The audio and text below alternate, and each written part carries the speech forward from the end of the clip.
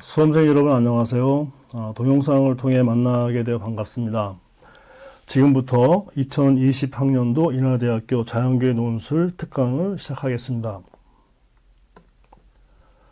오늘 이야기할 내용은 세 가지입니다. 첫 번째는 올해 자연계 논술 우수자 전형에 대한 주요 사항들을 살펴보고 작년도 논술 전형 입시 결과를 간단히 요약하여 보여드리겠습니다. 그리고 작년과 달라진 내용에 대해 설명해 드리겠습니다.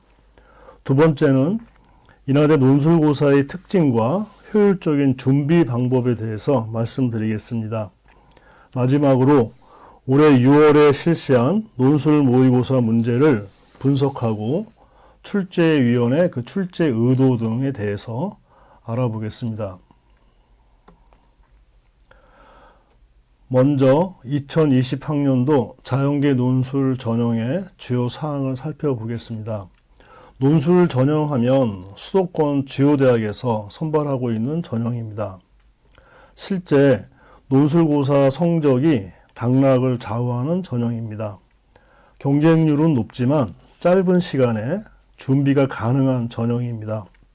특히 인하대 논술 전형은 사교육에 의존하지 않고 스스로 논술 준비가 가능한 전형입니다. 어떻게 준비해야 효율적일까요? 동영상을 끝까지 보시면 그 답을 얻을 수 있습니다. 논술 우수자 전형의 원서 접수는 9월 6일 오전 9시부터 9월 9일 오후 6시까지입니다. 논술 시험은 11월 30일 토요일에 실시하는데 이날은 수능이 끝나고 16일 후이기 때문에 수험생 여러분은 수능 이후 15일 동안 최소한 올해 모의논술 2017학년도, 2018학년도, 2019학년도 논술 기출문제를 가지고 공부하면 인하대 논술을 충분히 준비할 수 있습니다. 고사 시간은 모집 단위별로 오전과 오후로 구분이 되는데 본인이 지원한 모집 단위가 오전인지 오후인지를 반드시 인하대 입학처 홈페이지에서 확인해 주시기 바랍니다. 그리고 최초 합격자 발표는 12월 10일에 있습니다.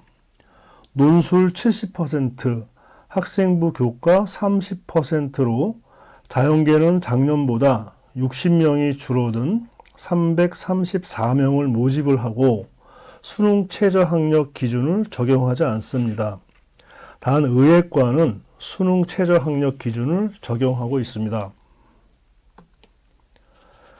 의예과 수능 최저학력 기준은 국어, 수학, 가, 영어, 과학, 탐구 두 과목 평균 이 네 개 중 3개 영역 각 1등급입니다. 의예과에 지원하는 수험생은 일단 수능에 올인해야겠죠. 전형 방법은 학생부 교과 300점과 논술 점수 700점을 합산하여 전형 총점 1000점을 산출하고 모집 단위별 모집 인원의 범위 내에서 전형 총점 순으로 선발하고 있습니다. 논술은 기본 점수가 250점이고 학생부 교과는 기본 점수가 100점이기 때문에 실질 반영 비율은 논술이 69.2%이고 학생부 교과는 30.8%가 되겠습니다.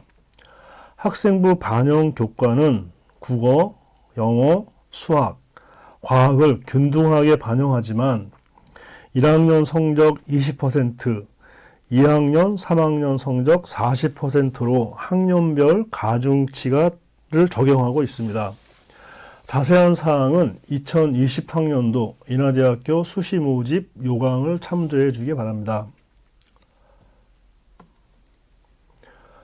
학생부 등급 간 점수 차이가 적기 때문에 논술 점수 영향력이 크다고 하겠습니다.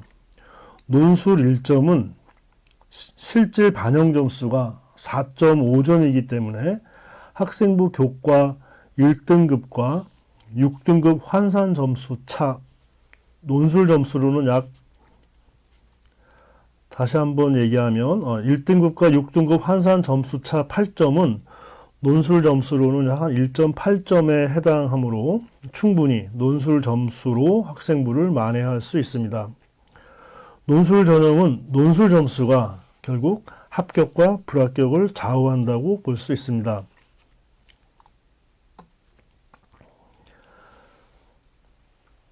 작년 논술 전형 경쟁률은 46.8대 1이었고 결시율은 33.8%로 실질 경쟁률은 31대 1이었습니다.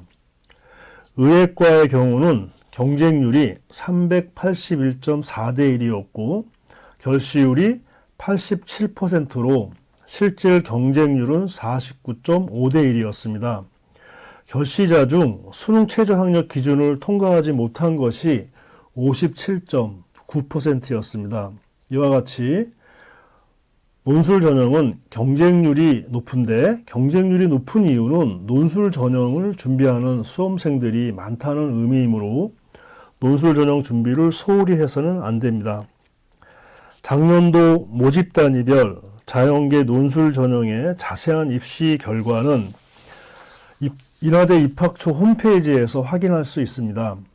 매년 모집 단위에 지원하는 학생의 성향과 오전, 오후 논술 유형 및 논술 문제 난이도에 따라 어떤 결과가 나올지 모르기 때문에 작년 데이터는 단지 참고용으로만 사용했으면 합니다.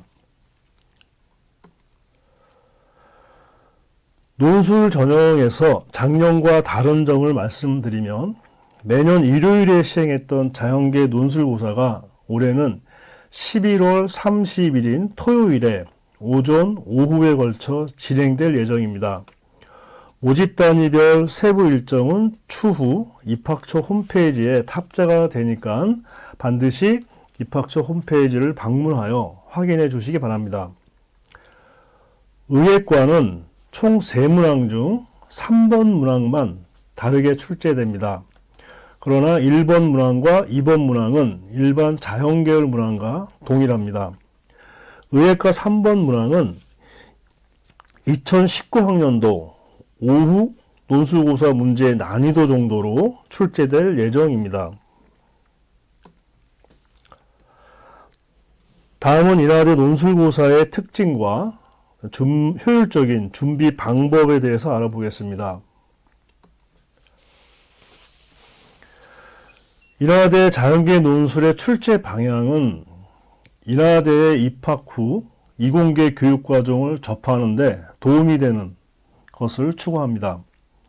출제 과목은 교육과학기술부 고시 제2011-361호 별책 8의 수학과 교육과정의 일반 과목인 수학 1, 수학 2, 확률과 통계, 미적분 1, 미적분 2, 기하와 벡터입니다. 논술 유형은 수리논술이고 문항 구성은 3문항이고 문제수는 소문제까지 포함하여 8개에서 10개 정도입니다. 답안 유형은 수식을 포함한 서술형이고 고사 시간은 2시간입니다. 제시문 출처는 교과서 중심이고 논술 주제는 고교 교육과정 안에서 충분히 준비할 수 있는 문제로 구성되는데, 즉 교과서를 중심으로 사교육 없이도 충실히 풀 수 있는 문제를 대상으로 합니다. 그리고 인하대는 논술로 인해서 계산 능력, 논리적인 추론 능력, 문제 해결 능력을 평가합니다. 답안지 규모는 A4 용지의 가로와 세로를 대략 4cm 줄인 크기입니다. 각 문항의 답은 지정된 답안 안에서 작성해야 합니다. 문항에 따라 답안 크기가 작을 수도 있습니다. 그렇다고 해서 다른 문항의 답안에 작성하면 절대 안 됩니다.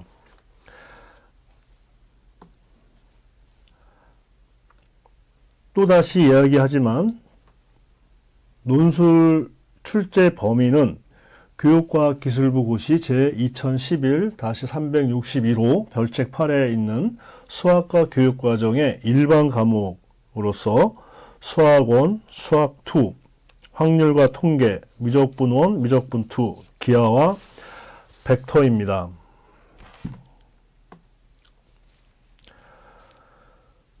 최근 3년 동안 기출문제가 나온 내용입니다. 이 시트와 다음 시트를 보면 교과목 여러 영역 내용에서 문제가 출제되었는데 살펴보니 미적분 1, 미적분 2, 기하 벡터 부분에서 많이 출제되고 있습니다. 여러분, 수리논술을 잘 보려면 다음과 같은 과정으로 연습을 해야 합니다. 첫 번째, 제시문을 분석해야 합니다. 제시문은 교과서 내용 그대로 또는 교과서 내용을 편집하거나 아니면 출제자가 창작하는 부분인데, 제시문은 문제 풀이의 방향과 힌트를 제공하고 있습니다. 두 번째로는 문제를 잘 분석해야 합니다. 특히 제시문과의 연관성, 그리고 출제자의 의도를 잘 파악을 하면서 무엇을 구하는 건지, 어떻게 구하라는 건지, 그 다음에 주어진 조건들이 무엇인지를 잘 분석을 해서 그런 것들을 여백에 메모를 해두고, 마지막으로 수식과 그림을 활용을 해서 논리적인 답안을 작성을 하면 됩니다. 연습장이 주어지기 때문에 많은 계산량들은 연습장에 계산해서 축약해서 쓸 수 있는, 그리고 알아볼 수 있는 글씨체로 답안 작성 훈련을 많이 해야 할 것 같습니다. 수리논술 답안 작성의 팁을 좀 드리면 반드시 문제의 요구사항을 준수를 해야 합니다. 그리고 논리를 전개할 때는 단계별로 중심이 되는 핵심 개념, 즉 제시문이라든지 혹은 이전 문제 결론을 명료하게 작성을 해야 합니다. 그리고 풀이 과정이 오르면 부분 점수가 부여되기 때문에 끝까지 최선을 다해서 답안을 작성하면 되겠습니다. 그러나 답만 있는 경우는 0점 처리됩니다. 풀이 단계에서 수식과 그림을 효과적으로 활용해도 됩니다. 그리고 수능 4점 문제 답안이라든지 혹은 기출문제 예시 답안들을 활용을 해서 제한된 시간 안에 주어진 공간의 답안에 쓰는 그런 훈련을 많이 해야 되겠습니다. 수리논술 답안 작성 요령을 한번 살펴보면, 예를 들어서 교과서, 고등학교 교과서에 있는 문제인데 곡선 y lnx와 x축 및 원점에서 이 곡선에 그은 접선으로 둘러싸인 도형에 대해서 이 도형의 넓이를 구하라 하고 만약에 문제가 주어졌다면 이것을 어떻게 답안 작성할 것인가 교과서에 잘 나와 있습니다. 한번 볼까요? 풀이 fx를 lnx라고 하면 f'x는 x분의 1, 접점의 좌표를 a lna라고 하면 접선의 방정식은 y-lna equal a분의 1 x-a. 이 접선을 원점을 지나므로 주어지는 식. 따라서 접점은 2,1, 접선의 방정식은 y equal 2분의 1 x. 그러므로 구하는 넓이 s는 이와 같다 라는 답안으로 지금 구성이 되어 있고, 지금 그림이 활용되고 있습니다. 그래서 여러분들이 답안 훈련을 할 때 이 교과서의 풀이와 같이 다음과 같이 형태로 수식은 완전한 문장 속에 들어가야 됩니다. 수식 파트들은 문장과 문장 사이에 들어가야 된다는 얘기고요. 그리고 논리적으로 단계 논리적으로 이렇게 논리적으로 답안을 작성하면 되겠습니다. 그리고 그림을 효과적으로 활용하면 좋죠. 그림에 많은 정보를 올려놓고 그림을 설명해 가면서 이게 답안을 쓰면 더 효과적이겠습니다. 그리고 계산 과정이 길 수가 있습니다. 그런 계산 과정은 이와 같이 축약을 해서 한 3단계 형태로 쓸 수 있는 훈련을 하면 되겠습니다. 마지막으로 될 수 있으면 알아볼 수 있는 글씨체로 작성을 해주면 채점자가 알아볼 수 있는 글씨체로 작성을 해주면 채점자한테 도움이 되겠습니다. 다시 한번 이야기하지만 수리논술 답안은 수식은 완전한 문장 속으로 들어가야 되고 논리적으로 단계별로 작성하는 게 좋고 그림을 효과적으로 활용하면 더 좋겠습니다. 그리고 계산 과정이 길면 축약을 해서 썼으면 좋겠고 글씨체는 좀 알아볼 수 있게끔 작성했으면 좋겠습니다. 인하대 논술고사 준비 방법은 먼저 출제 경향을 분석을 해야 되는데 이따가 모의논술을 분석하겠습니다. 그 모의논술로부터 출제 경향을 파악을 하고 그리고 출제 경향과 연계된 기출문제를 찾아서 공부를 하면 되겠습니다. 그러면서 채점 기준이 어떻게 되어 있고 그런 것들을 활용을 해서 답안 쓰는 훈련 이런 것들을 열심히 연습을 하면 인하대학교 논술고사가 잘 준비가 되겠습니다. 또한 인하대학교 입학처 홈페이지에 들어가면 논술 자료실이 있는데 거기는 2008학년도부터 2019학년도 논술 기출문제가 탑재되어 있기 때문에 그것만 가지고도 논술 준비를 완성할 수가 있습니다. 마지막으로 올해 6월에 실시한 2020학년도 논술 모의고사 문제를 분석을 하고 더불어 출제위원들이 제시한 출제 의도 등을 설명하겠습니다.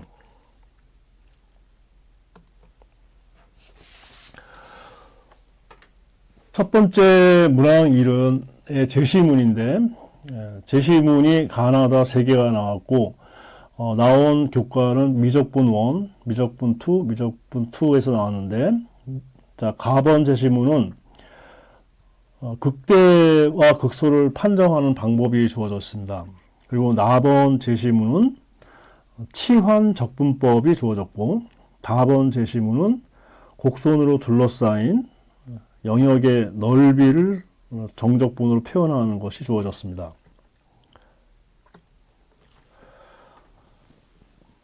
문제 구성 파트입니다. 좌표 평면 위를 움직이는 점 pxy의 좌표가 매개 변수 t의 함수 x는 이퀄 2 코사인 제곱 t, y는 이퀄 사인 2t로 주어졌습니다. 점 a가 0,5p, 선분 5p의 길이로 주어지고 p를 지나는 직선이 점 a와 p를 지나는 직선이 x축과 만나는 점을 b라고 하고 그러면 삼각형 OAB의 무게중심을 G라고 하자. 그리고 T의 범위가 굉장히 중요한 파트인데 T는 0에서 2분의 파 요 사이에 있다라고 주어졌건데 이 문제 구성으로부터 여러분들은 일단 많은 정보들을 얻어내야 됩니다. 자, 정보를 한번 써보면 t가 0과 2분의 파의 사이에 있기 때문에 x는 0보다 크다. 그리고 y는 0 이상이다 라는 걸 얻어낼 수가 있고 그리고 x가 2 코사인 제곱 t니까 이것은 2배각 공식을 적용을 하면 바로 이것은 1 플러스 코사인 2t로 변형이 되고 y 코사인 2t 그래서 코사인 2t하고 사인 2t가 나오도록 변형을 한 거죠. 그러면은 x-1 제곱 플러스 y 제곱은 1이다라는 이런 x-y 관계식을 얻어낼 수 있습니다. 이것은 지금 요 x가 양수, y가 0 이상이기 때문에 이와 같은 그림과 같은 반원이 되겠고 그 다음에 a점하고 p점을 지나는 이 직선이 이제 a점과 b점을 잡아주면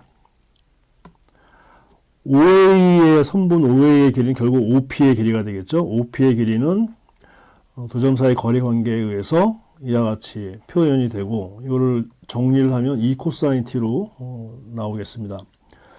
그 다음 직선의 방정식을 구하면 되겠죠. P점을 지나고 직선의 방정식을 구하면 기울기 파트 기울기는 x분의 y이기 때문에 그리고 지나는 점, 아까 A점을 지난다고 한다면 이 코사인 t가 되겠죠. 그래서 OB의 길이가 결국 K가 되니까 K는 이와 같이 Y가 0일 때 X 값을 구해주면 이와 같이 K가 구해지고, 이거를 다시 좀 간단하게 정리하면 2 곱하기 1 플러스 사인 t로 주어집니다. 그래서 우리는 세 점을 다 구했습니다. 원점, A점, B점. 그러니까 무게중심은 여러분들이 무게중심 구하는 그 법을 알고 있죠. 3분의 0 플러스 0 플러스 2 플러스 2 사인 t, 그리고 y좌표는 3분의 0 플러스 2 코사인 t 플러스 0이 돼서 이와 같이 무게중심이 주어집니다. 자, 이 문제의 구성으로부터 이와 같은 많은 정보들을 얻어낼 수가 있습니다. 그러면 문제를 보면 첫 번째 문제, G가 나타내는 곡선의 방정식을 구하시오. 그래서 우리가 앞에서 G를 구했군요. G는 이와 같이 주어져 있으니까 이 말은 X가 3분의 2 플러스 3분의 2 사인 t고 Y는 3분의 2 코사인 t라는 이야기이기 때문에 3분의 1을 이항식이고 제곱해주면 이와 같이 관계식을 얻어낼 수가 있습니다. 근데 여기서 중요한 것은 X와 Y의 범위를 빠뜨리는 학생들이 많이 있을 것 같은데, 이 범위를 빠뜨리면 감점이 되겠죠. 자, 두 번째 문제를 보겠습니다. 삼각형 OAB의 넓이를 t에 관한 식으로 나타내고 점 OGP가 한 직선 위에 있을 때 이 넓이가 최대가 됨을 보이시오. 삼각형 OAB의 넓이를 t에 관한 식으로 나타내라. 자, 다시 한번 보면 삼각형, 이 그림에서 삼각형 OAB니까 삼각형 OAB는 직각삼각형이기 때문에 넓이 ST는 2분의 1, OB의 길이가 K죠. 그 다음에 OP, OA의 길이가 OP의 길이이기 때문에, 그래서 앞에 있는 정보를 집어넣어 보면 2 코사인 T 플러스 사인 2T로 주어집니다.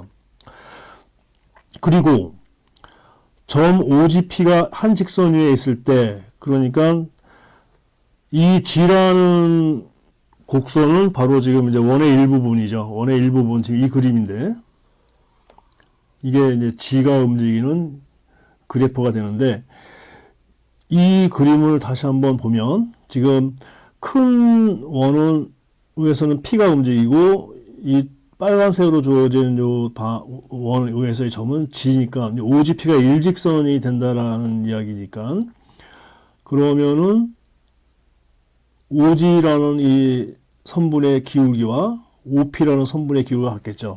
그걸 이용하면 이와 같이 기울기가 같다라는 사실로부터 우리는 사인에 대한 2차 방정식을 얻고, 그래서 그 방정식을 풀어주면 사인 t는 2분의 1이 되면서 t는 6분의 파이다라는 것이 나오겠습니다.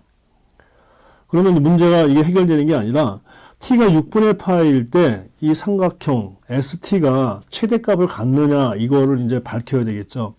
그래서 미분을 해야 되겠죠. S 프라임 t는 마이너스 2 사인 t 플러스 2 코사인 2t 이퀄 0이 되는 임계점을 찾아보면 임계점이 t 이퀄 6분의 파이가 나옵니다. 그러면 이제 6분의 파이에서 ST가 극대냐 극소냐를 이제 판정을 해야 되죠. 그래서 제시문을 이용을 해야 됩니다. t가 0과 6분의 파이 사이에 있을 때 미분이 양수고 6분의 파이보다 크면 미분이 음수이기 때문에 제시문 가에 의해서 S 6분의 파이는 맥시멈이 된다. 극대가 최대가 된다라는 거로 이제 결론을 지으면 되겠습니다.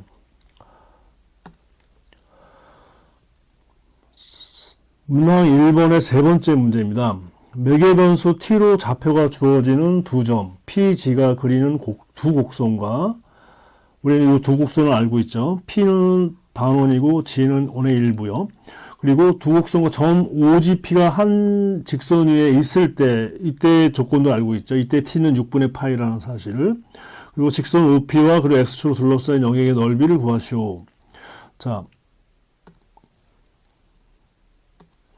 지금 이 상황을 그림으로 보면 지금 P가 움직이는 이 파란색 부분이 이제 P가 움직이고 있는 거죠. 반원이 P가 움직이는 그림, 그 다음에 G가 무게중심이 움직이는 그림이 나와 있고, OGP가 일직선에 있다 그랬으니까 이 각도가 6분의 파이라는 것도 이제 알고 있고요.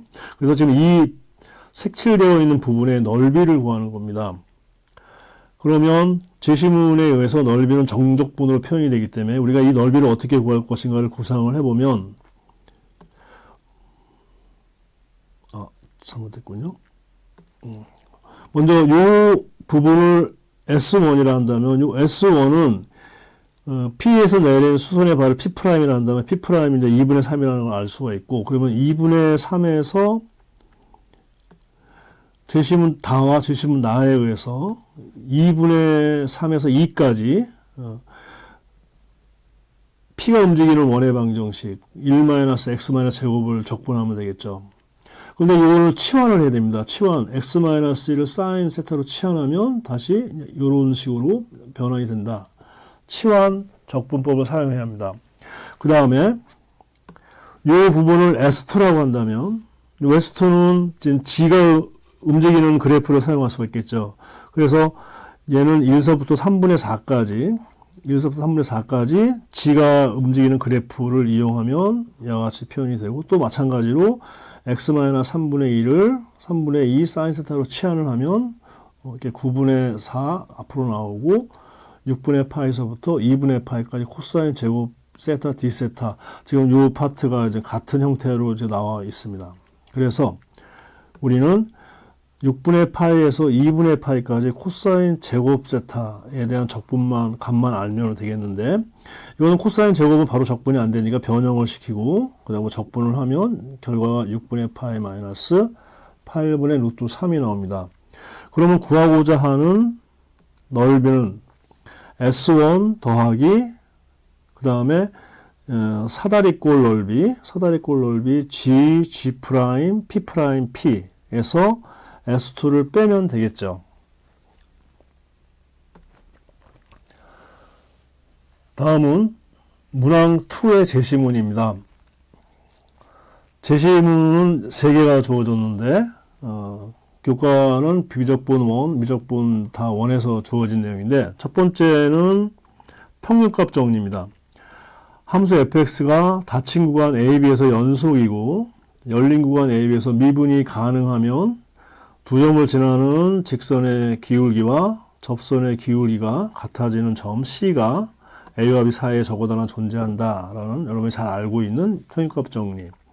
평균값 정리를 아마 적용하는 문제가 나올 것 같습니다. 그리고 나번은 0에서 2분의 파이 사이에 있는 x들에 대해서 sin x는 항상 x보다 작다라는 것이 성립한다라고 주었습니다. 그러니까 이 사실을 아마 문제에서 이용을 해야 될 것 같습니다. 그리고 세 번째 제시문은 bn이 an과 cn 사이에 있고 an과 cn의 극한값이 알파로 같으면 역시 가운데에 있는 bn의 극한값도 알파다라는 이제 압착 법칙이 주어져 있습니다. 자, 문항 구성을 보면 자연수 n에 대하여 방정식 sin x는 x분의 1. 이것은 구간 2n파이 플러스 2분의 파이에서 유일한 해 x an을 갖는다. 이 문항 구성으로부터 우리가 또 많은 정보를 얻어내야 됩니다. 그러면 한번 볼까요? 사인 함수의 그래프입니다. 그리고 x분의 1에 대한 그래프가 지금 2n파이하고 2n파이 플러스 2분의 파이, 그 다음 또 하나는 이제 2n 플러스 1파이하고 그 다음에 또 2n 플러스 1파이 플러스 2분의 파이가 되겠죠.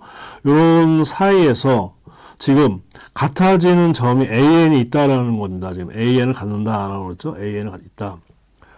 그럼 우리가 이걸 보면 그 다음 단계 이거 an 플러스 1이 되겠죠. 그럼 이 관계를 보면 다음과 같은 걸 얻을 수 있어요. an은 an 플러스 작으니까 증가하고 있습니다. an 값은 증가하고 있고, 그래서 점점 리미트 n이 무한대로 가면 an은 무한대가 된다라는 사실을 알 수가 있고, 그 다음에 an이 sin x x분의 1의 근이 되기 때문에 sin an은 an분의 1 요것이 같다라는 얘기죠. 이게 많이 이제 쓰일 것 같습니다. 그러면 리미트 AN이 무한대이기 때문에 리미트 사인 AN은 0이 되겠죠. 0. 리미트 사인 AN은 0이다라는 사실도 알 수가 있고, 그 다음에 이 그래프에서 AN은 요 사이에 있죠. AN은 EN 파이와 EN 플러스 파이 2분의 8 사이에 있으니까 EN 파이를 양변에 넘겨주면 AN 마이너스 EN 파이는 항상 0과 2분의 파이 사이에 있다라는 것을 알 수가 있고, 마찬가지로 AN 플러스 1은 EN 플러스 1 파이와 EN 플러스 1 파이 플러스 2분의 파이 사이에 있으니까, 그러면 AN 플러스 1에서 2파이를 빼주면 2파이를 빼주면 공통으로 2파이가 들어가 있으니까 양쪽에 2파이를 빼주면 얘가 EN 파이와 EN 파이 플러스 2분의 파이 사이에 있다는 사실을 알아낼 수가 있습니다. 자, 문제를 볼까요? 모든 자연수 n에 대하여 EN 파이는 AN 플러스 1 마이너스 2파이보다 작고, 특히 AN 플러스 1 마이너스 2파이는 AN보다 작다. 이것을 보이는 거죠. 그런데 우리가 문항 구성으로부터 알아낸 정보에 의하면 EN 파이는 이 AN 플러스 1 마이너스 2파이보다 작다라는 거는 이미 여기서 나와 있죠. 그리고 이 과정을 이제 쓰면 되겠군요.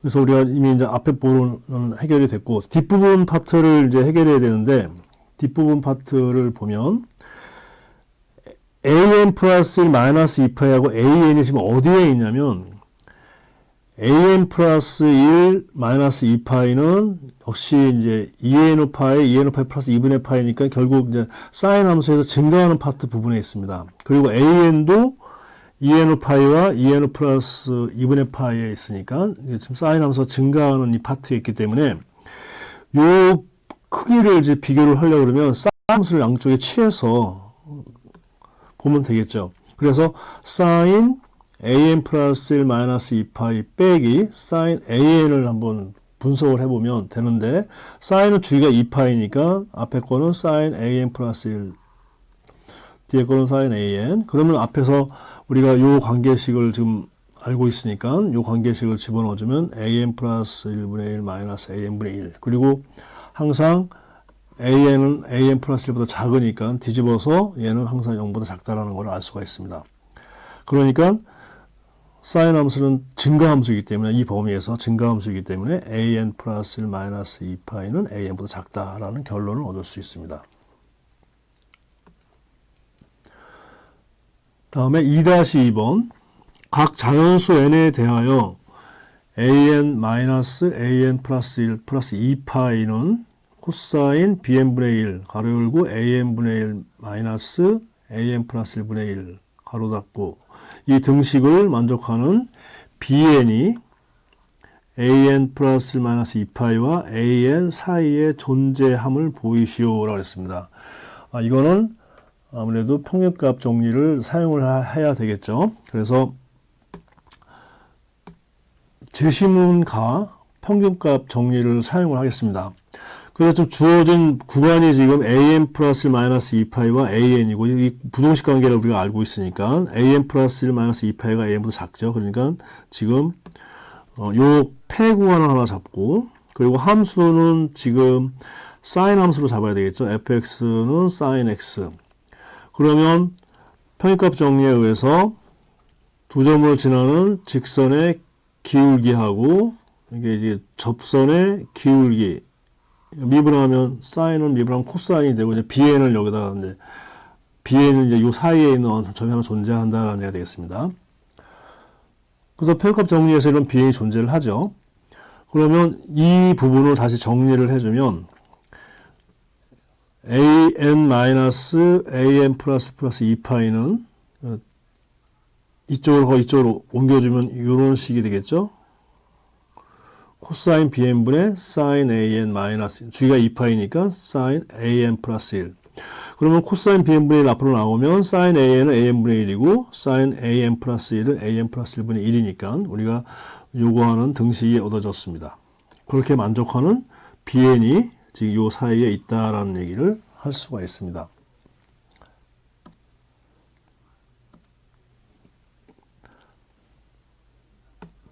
다음에 마지막 문제로 리미트 an sin 가로 열고 an 플러스 1 마이너스 an이 0이 됨을 보이는 문제인데 이거는 아마 제시문 다에 있는 압착 법칙을 사용해야 될 것 같습니다.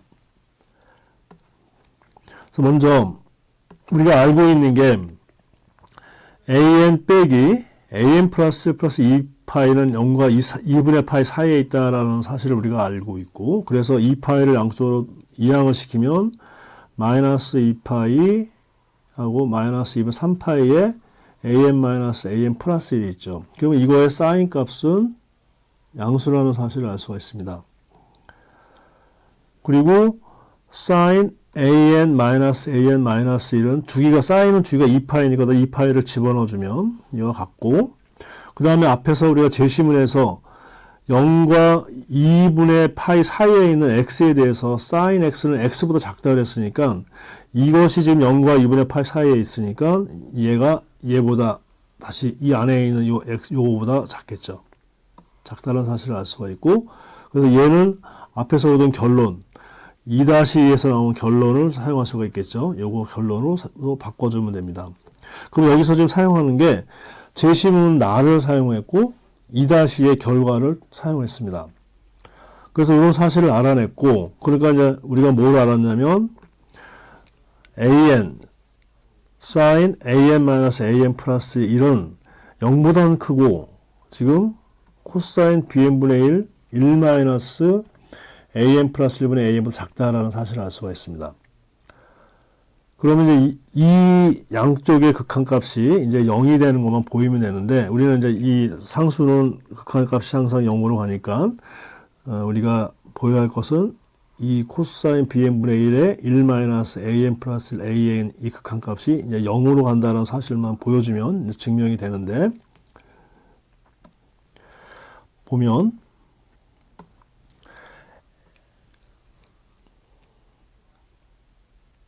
지금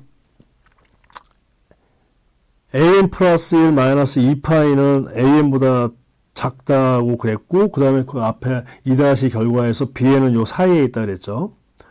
근데 얘네들은 전부 다 0과 2분의 파이 사이에 있으니까 사인이 증가함수입니다. 그래서 사인 함수를 취해주면 부동호가 변하지 않겠죠. 그리고 우리가 알고 있는 게 sin an이 항상 0으로 가죠. 0으로 간다는 거. 이것도 0으로 가겠죠. 그래서 sin bn이 0으로 간다는 사실을 알 수가 있습니다. sin bn이 0으로 가려면 bn이 0으로 가야 되겠죠. 그래서 코사인 bn은 반드시 1로 간다는 사실을 알 수가 있습니다.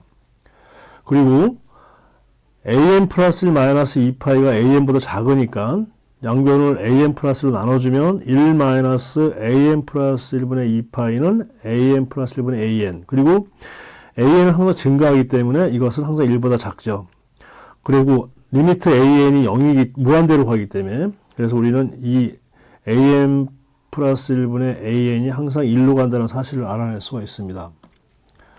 그래서 이 결과를 위에 부동식에다가 적용을 하면 바로 리미트 n이 무한대로 갈 때 an sin an 플러스 1이 0으로 간다라는 사실을 알 수가 있습니다. 다시 말하자면 코사인 bn은 1로 가고 an 플러스 an도 1로 가기 때문에 이 값 전체가 0으로 가겠죠. 그래서 압착 법칙에 의해서 이 값이 0이다라는 것을 알 수 있습니다.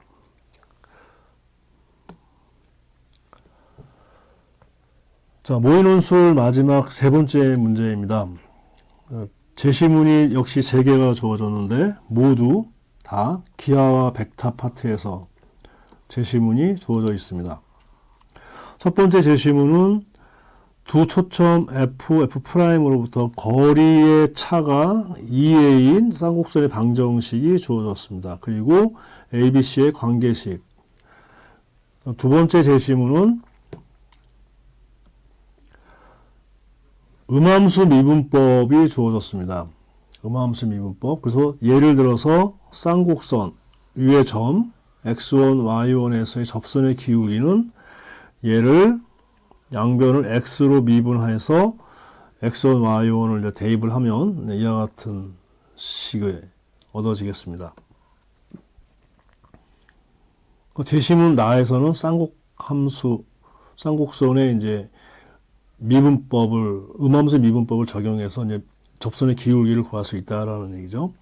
그리고 제시문 단은 다시 한번 잘 한번 읽어보면 쌍곡선의 방정식을 y에 대해서 풀면 이와 같이 풀어지겠죠. 이때 절대값 x의 값이 한없이 커지면 x제곱분의 a제곱은 0에 한없이 가까워지므로 쌍곡선은 두 직선 y 이퀄 a분의 bx와 y 이퀄 마이너스 a분의 b에 한없이 가까워진다. 이 두 직선을 쌍곡선의 점근선이라고 한다라는 제시문을 주었습니다. 이 제시문으로부터 우리가 알 수 있는 것은 쌍곡선의 y로 풀어서 이 y가 어디로 가냐, x가 무한대로 갈 때 이 y가 바로 점근선으로 간다는 얘기죠. a분의 b x 형태로 간다라는 겁니다. 그래서 문제를 보겠습니다. 1. x제곱 플러스 y 마이너스 c 제곱 이퀄 r제곱과 쌍곡선 a제곱분의 x제곱 마이너스 b제곱분의 y제곱 이퀄 1이 한 점에서 공통의 접선을 가질 때 원의 반지름 r을 abc의 식으로 나타내라는 문제입니다. 공통의 접선을 갖는다 그랬으니까 각각의 접선의 기울기가 같겠죠. 그래서 먼저 원을 양변을 x로 미분해서 음함수 미분법을 쓴 겁니다. 그래서 y'을 구하고 그 다음에 쌍곡선 제시문에 주어져 있죠. 쌍곡선을 미분해서 y'을 구하면 이 두 개가 공통 접선이 되려면 이게 같아야죠. 같다. 그래서 y를 먼저 abc로 표현을 했습니다. 그러면 이제 r을 구하기 위해선 이 식에서 지금 r이 주어져 있으니까 이 식에서 우리가 r이 루트 x제곱 플러스 y 마이너스 c의 제곱이 되겠죠. 근데 지금 y는 abc로 표현이 됐으니까 x만 구하면 돼요. 근데 그 x는 어디서 구하냐면 이 쌍곡선에서 구하면 되겠죠. y를 알고 있으니까 x를 구해낼 수가 있습니다. 그래서 그거를 구해보면 x제곱은 바로 이와 같이 표현할 수가 있고, 그래서 y를 대입을 해서 이와 같이 표현이 되고, 이거를 정리를 하면 x제곱은 이와 같이 좀 복잡한 식으로 나옵니다. 그 다음에 이제 이거를 r에다가 대입을 하면 r은 루트 x제곱 플러스 y 마이너스 제곱에다가 잘 대입을 해서 정리를 해주면 abc 형태로 표현할 수가 있습니다. 그러니까 3-1은 3-2나 3-3에 이제 분명히 쓰일 것인데, 핵심은 뭐냐면 공통 접할 때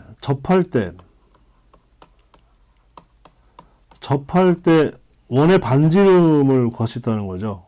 원의 중심이 y축에 있는 원, 쌍곡선이 접할 때 요 반지름 r을 abc로 우리가 표현할 수 있다라는 겁니다.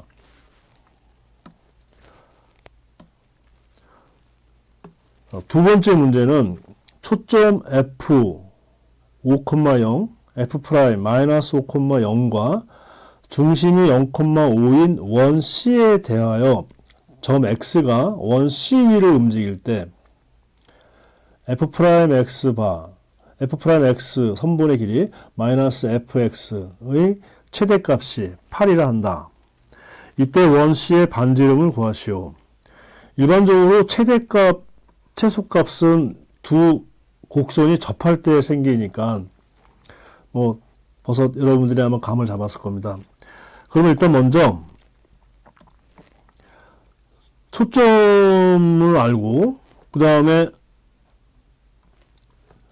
초점과의 거리차가 8인 거를 먼저 생각을 하면 우리가 쌍곡선을 하나 얻어낼 수가 있겠죠. 쌍곡선. 초점의 거리차를 8로 본다면 이제 이게 2a가 되니까 a는 4가 되죠. 그래서 4제곱분의 x제곱. 그 다음에 b제곱은 이제 c제곱 마이너스 a제곱이니까 그래서 c가 5죠. 그래서 b를 계산하면 이제 3제곱, b가 3이 나와서 3제곱분의 이와 같은 쌍곡선의 식을 얻어낼 수가 있고, 그러면 이 쌍곡선에 의해서 지금 보시면 다시 한번 보시면 이와 같이 쌍곡선이 하나 지금 얻어졌어요. 쌍곡선이 얻어졌고 지금 중심이 5 마이너스 5 초점 f 프라임 f 중심 5. 그래서 이 원이 지금 이렇게 지금 하나 주어진 겁니다. 그러면 이제 원이 점점 이제 커지겠죠. 자가계로 커지니까 안쪽 이제 파트로 본다면 이제 두 쌍곡선 사이에 있는 원이 하나 있을 거고 접하는 원이 있을 거고 그 다음에 이제 뭐 내점에서 만나는 원이 있을 거예요. 근데 보통 최대치에서는 두 곡선이 접할 때 생기기 때문에 최대값이 8이라는 것은 결국 이 원과 쌍곡선이 접하는 이 부분 접할 때 이 최대값이 생기기 때문에 우리는 바로 원과 쌍곡선이 접하는 경우에서만 거리차가 최대값이 나옵니다. 그래서 3-1의 결과를 이 결과를 사용을 하면 여기서 지금 우리는 A는 4, B는 3, C가 5이기 때문에 여기다가 대입을 해주면 R 값이 4루트 2라는 결과를 얻어낼 수 있습니다.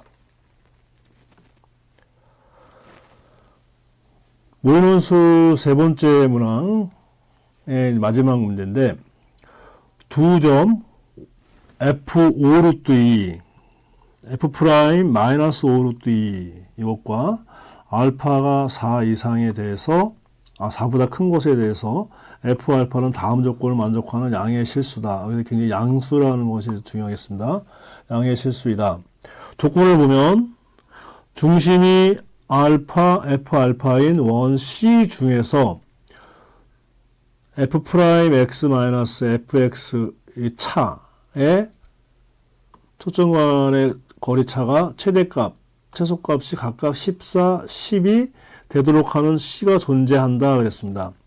역시 마찬가지로 최대값과 최소값이 존재한다 하는 경우는 원과 쌍곡선이 이제 접하는 경우로만 생각할 수 있겠죠. 그래서 우리가 최대값인 경우는 2a가 14, 최소값인 경우는 2a가 10이 되는 그런 이제 두 개의 쌍곡선에 이 원이 접하는 경우에 생깁니다.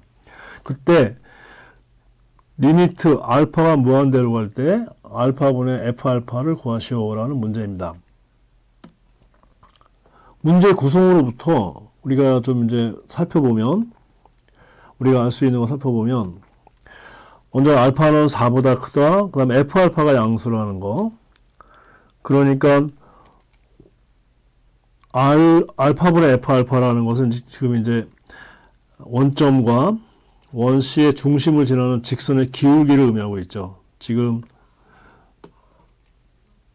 원이 이런 식으로 주어지면 이 점이 지금 이제 알파, F 알파니까 그다음 이 알파는 4보다 크겠죠. 그런데 지금 이 알파분의 F 알파가 바로 원점과 이 점 중심을 지나는 직선의 기울기가 되겠습니다. 기울기가 되겠죠. 바로 기울기가 알파분의 F 알파다라는 사실입니다. 그래서 결국은 이제 기울기가 알파가 무한히 가면 기울기가 어디로 가느냐라는 문제인데, 그 다음 조건으로부터 이 조건이 이제 뭐냐면 중심이 알파, F 알파인 이 원 C는 결국 두 쌍곡선에 접한다. 이것이 아까 우리가 3-2에서 한 결과를 생각하면서 우리는 접할 때 최대 최소가 생긴다는 사실을 알고 있으니까 두 쌍곡선에 접할 수밖에 없습니다. 그러나 14가 되는 거리의 차가 14가 되는 2a는 7이 되죠. 그 다음에 거리차가 2a가 10이 되는 a는 5가 되죠. 5. 그래서 이런 쌍곡선에 접한다는 사실을 우리가 알 수가 있고, 그래서 이 일반적으로 이제 이 쌍곡선에서 이제 제시문 다를 사용할 건데, 여기서 우리가 y''을 계산하면 접선의 기울기죠. 우리가 왜냐면 이게 기울기이기 때문에, 기울기의 극한을 생각하는 거기 때문에, 이제 우리가 접선의 기울기를, 쌍곡선의 임의의 점에서 접선의 기울기를 한번 생각하면 이와 같이 표현이 되고, 오마우스 미분법에 의해서 이렇게 표현되는데, 근데 x가 무한히 가면 제시문 다해서 y는 a분의 b x 형태로 가는, 점근선으로 가는데 전체적으로 접선의 기울기는 양수이기 때문에 a분의 b x 형태로 간다는 거. 그래서 x가 캔슬돼서 y''은 다시 말하면 접선의 기울기는 쌍곡선 위에 임의의 점에서 접선의 기울기는 x가 무한대로 갈 때 a분의 b로 간다라는 사실을 얻어낼 수가 있습니다. 즉 y''은 a분의 b로 간다. x가 무한히 갈 때 우리 이런 사실들을 얻어낼 수가 있어요. 그럼 한번 볼까요? 알파를 x로 바꿨습니다. 중심이 x, f, x인 원이 하나가 있는데 거리차가 최대 최소가 되는 그 쌍곡선에 이제 접하는 경우니까 최대가 되는 경우가 이제 이렇게 더 최소가 되는 것보다 오른쪽에 있을 거니까 이쪽에 있는 쌍곡선이 접하는 게 7제곱분의 x제곱 마이너스 1제곱분의 y제곱 1. 그리고 이쪽에 있는 쌍곡선이 바로 5제곱분의 x제곱 마이너스 5제곱분의 1. 이런 사실을 알 수가 있고. 그러면 우리가 이제 요 접점을 생각할까요? 요 접점에서 접선을 한번 생각하고, 그러면 그거의 기울기를 우리가 이제 m1이라고 한다면, 그러면 기울기는 이제 탄젠트 세타1으로 표현이 되니까 요 값소를 세타1이라고 하겠죠. 그러면 x가 무한히 가면 앞에서 우리가 얻은 결론이 이제 접선의 기울기는 a분의 b로 간다 그랬으니까 a분의 b가 7분의 1이죠. 7분의 1로 간다라는 사실을 알아낼 수가 있습니다. 그리고 요 접점에서 접선의 기울기를 m2라고 한다면, 요 세타2로 한다면, 요거 세타2가 되겠죠? 그러면 이것도 역시, x가 무한히 가게 되면, a분의 b, 5분의 5, 1로 간다라는 사실을 알아낼 수가 있습니다. 그러면 지금 우리가 구하려고 하는 게 x분의 fx의 극한값이니까, x분의 fx가 이게 이 점을 지나는, 원점에서 이 점을 지나는 기울기니까, 그거를 한번 보면, 요 원점과 지나는 요 선은 이게 이제 원점이 되겠죠. 사실은 원점이 되겠죠. 요 선부는 다시 말하면 지금 각의 이등분 선상에 있습니다. 요 각의 이등분 선상에 있기 때문에 이 라인의 기울기를 m이라 한다면 다시 말하면 x분의 fx죠. 그걸 얘는 바로 세타1과 세타2의 절반의 탄젠트로 주어지겠습니다. 그러면 이제 탄젠트의 덧셈 정리에 의해서 탄젠트 세타1 플러스 세타2는 이와 같이 덧셈 정리를 적용하고 탄젠트 세타1이 7분의 1로 가고 x가 무한대로 갈 때 7분의 1로 가고 탄젠트 세타2는 1로 가니까 이걸 적용을 하면 3분의 4가 됩니다. 한편 다시 탄젠트 세타1 플러스 세타2를 2 곱하기 2분의 세타1 플러스 세타2 형태로 이제 바꿔주면 우리가 이제 이거에 대한 이야기를 해야 되기 때문에 그러면 다시 또 탄젠트 덧셈 정리에 의해서 얘는 1-m제곱분의 2m으로 표현이 됩니다.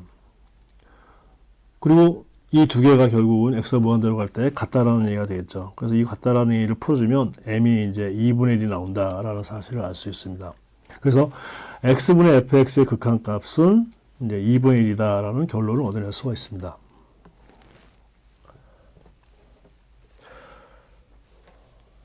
문항 1, 문항 2, 문항 3에 대한 이제 그 주제라든지 영역, 출제 의도를 제가 이제 이렇게 시트로 만들어서 여러분들한테 보여주고 있으니까 한번 읽어보시면 되겠고요.